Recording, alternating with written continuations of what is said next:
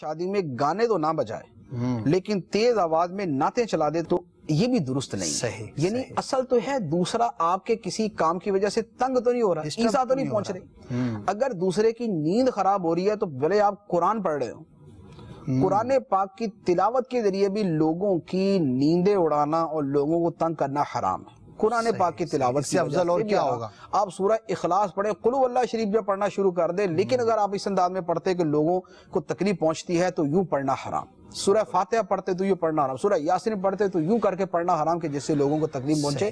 لازم ہے کہ اگر پڑھنا ہے تو پھر آپ آہستہ آواز میں پڑھیں، کسی کو تکلیف نہ ہو۔ تو لہذا گانے بازوں کے ذریعے یا اس کے ذریعے، اور دونوں کے اندر ایک جدا جدا برائی ہے۔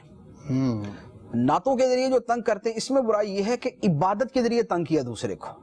صحیح، یعنی جب عبادت ہی کر رہے ہیں نعتیں سن کر پڑھ کر تو یہ تو عبادت ہے، بہت افضل چیز ہے، اس کے ذریعے تو لوگوں کو نہ تنگ کیا جائے، اس کے ذریعے تو نہ گناہ کیا جائے۔ اور جو گناہ کے ذریعے کرتے ہیں موسیقی کے ذریعے، ان کا ایکسٹرا گناہ یہ ہے کہ وہ حرام کے ذریعے دوسروں کو تنگ کر رہے ہیں۔ یعنی وہ محض جائز کام نہیں ہے کہ جائز کام تھا اور اس کی وجہ سے تنگ کر رہے ہیں، یعنی گناہ کے ذریعے تنگ کرنا، فی نفسی ہی جائز کام کے ذریعے تنگ کرنا اور عبادت کے ذریعے تنگ کرنا، تین درجے بنتے ہیں۔